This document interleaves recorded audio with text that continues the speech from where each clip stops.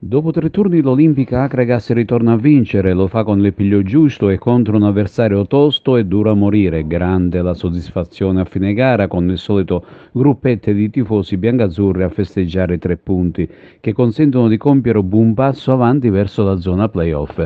Adesso ci vuole la riprova, una sorta di prova di maturità da parte di tutto il collettivo.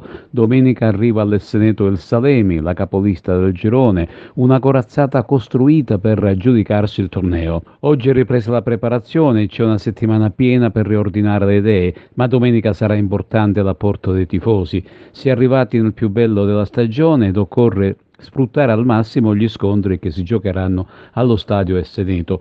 Un'eventuale vittoria sarebbe davvero salutare, un segnale importante in vista dei prossimi scontri con le altre battistrada. In terza categoria finisce senza vincitore il match d'alta quota tra Montallegro ed Eraclea. In vantaggio con Caruso, gli ospiti di Cattolica Eraclea sono riusciti ad equilibrare il risultato in zona recupero con un calcio di rigore trasformato da Trinci. Vince l'Atletico Licata e si porta a -1 dallo stesso Montallegro. Buon pare della Virtus il Real Monte a Campobello, torna a vincere lo Iopolo con il Reale Unione.